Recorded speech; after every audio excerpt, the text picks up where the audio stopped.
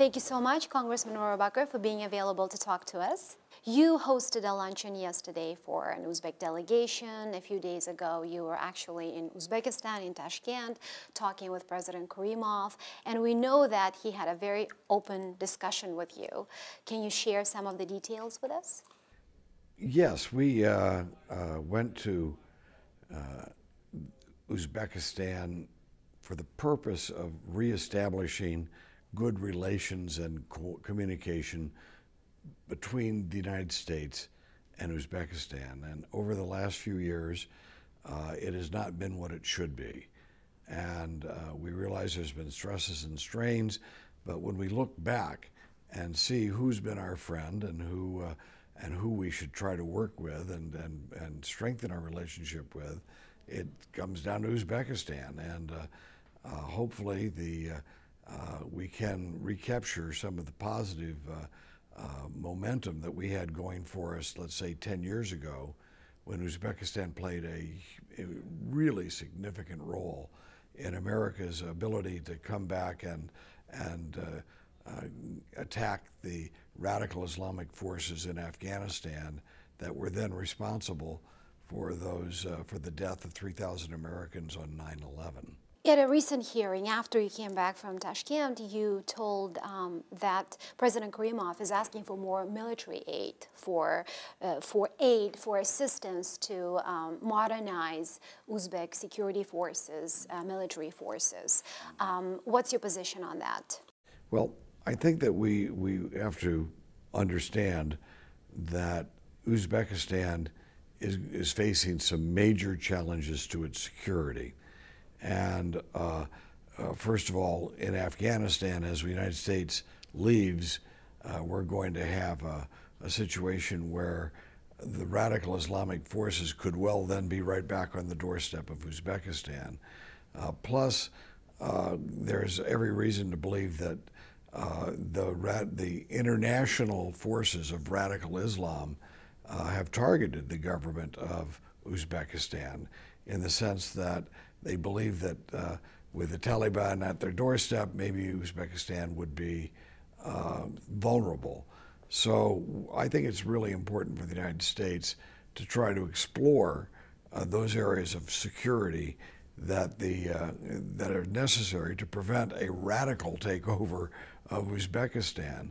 At the same time, we do, of course, recognize that the government of Uzbekistan isn't a perfect democracy, and then there's some human rights issues that we need to work with the government on in order to feel secure that any type of weapons that we give would be used not to put down democracy, but instead to be used to prevent a radical Islamic conquest of that country. Did you talk about this with President Karimov?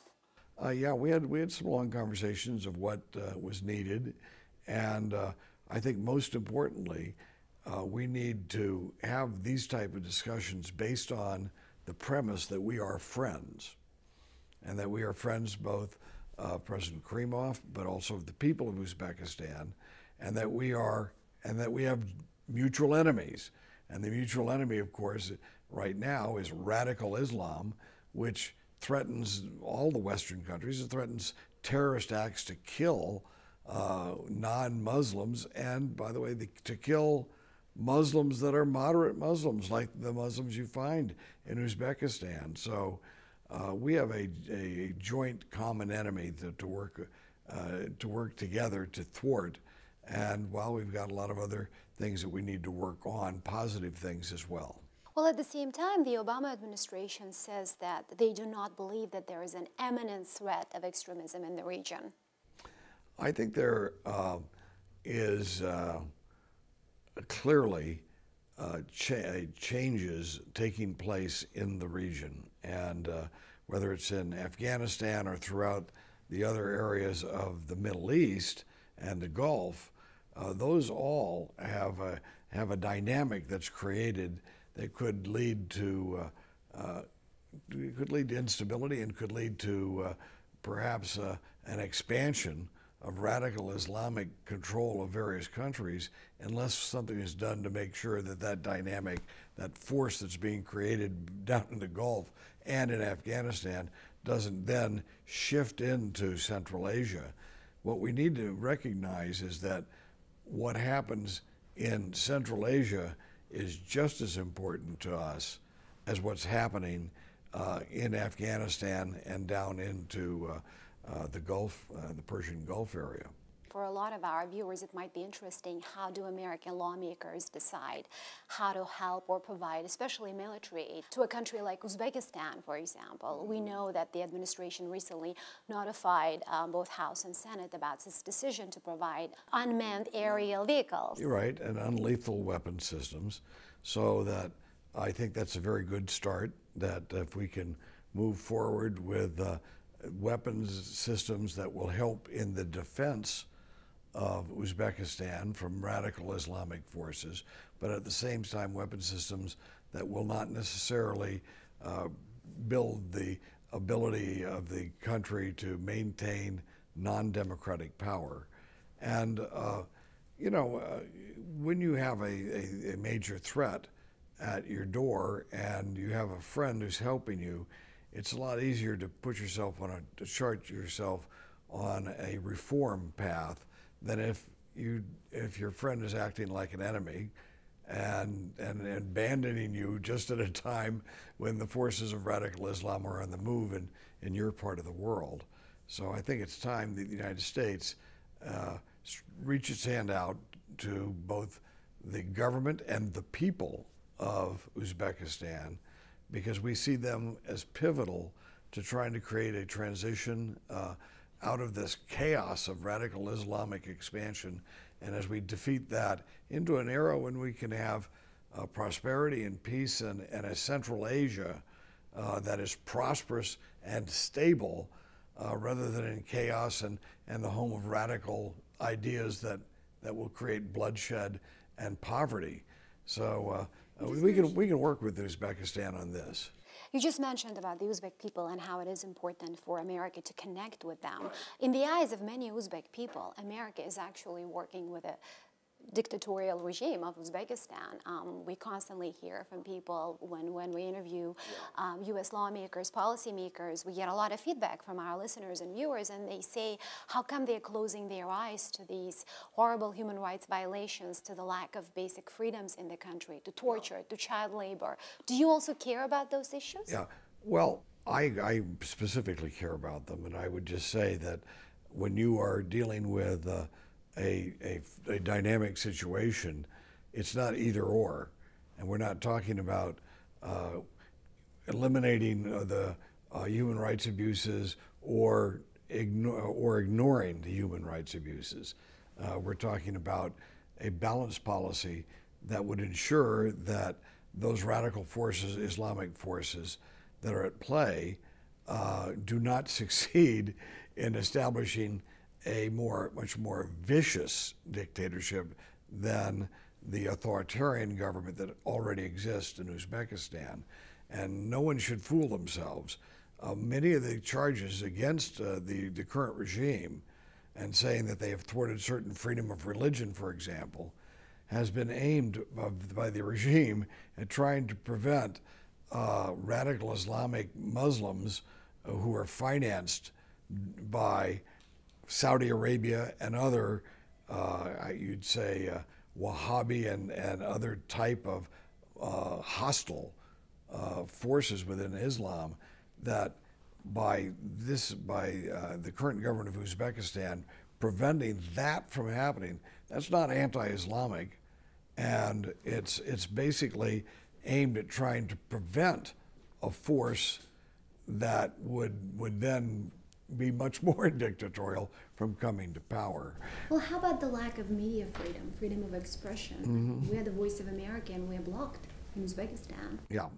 Our website is blocked. Well, I would hope that we can correct that if we establish some better relations with the Uzbek government, rather than treating the Uzbek government as if it was an enemy. We should be looking at the Uzbek government as a friendly power that's flawed and that we should work with them on those flaws, which are rational sometimes, but irrational in others, to try to make the situation better for both the people and the security of the region. So you believe that there's enough political will here in Washington and also in Tashkent to do that, to be able to do that? I think that there is a group of people who are professionals who know that these accomplishing steps forward and steps away from authoritarian rule, especially in a time of crisis when you have other threats that are just as bad, if not worse, that takes really a lot of professional consideration. And I think that we've got a great ambassador in Uzbekistan now, and we've got people committed in the Uzbek government and the United States government and in the Congress to try to make things work in a way that you'll see progress, not only in the sense of stability, not only in the sense that radical Islam will not have taken over, but also towards a liberalization, a rational liberalization, and an expansion of freedom in Uzbekistan. So you're saying that America will stay involved and engaged with Central Asia, specifically with Uzbekistan, even as it leaves Afghanistan? Yeah, we need to make sure that we understand that as we leave Afghanistan, that we do not have a policy towards Uzbekistan and other governments in the region that are certainly flawed governments in the sense they're not perfect. Of course, we're not perfect either, are we? But we should try to work together as friends rather than labeling them as enemies. Try to improve the situation with a friend rather than cutting off and attacking somebody and labeling them your enemy and walking away. I just got one question, and it comes from a viewer, ordinary viewer from Uzbekistan. Why does America care about countries like Uzbekistan? Why do they care about Central Asia? Is Afghanistan the only priority, or are there any other priorities for this country in the region? Well, what's more important than Afghanistan is what's going to happen north of Afghanistan after the United States troops leave. So we fully recognize that Afghanistan, is significant, but what's really significant lies to the north, where Uzbekistan is the doorway to Central Asia, and what happens in Central Asia will be a pivotal spot for the world, for the entire. If there's stability and progress and prosperity and freedom in Central Asia, you will have stability in that part of the world and on the planet.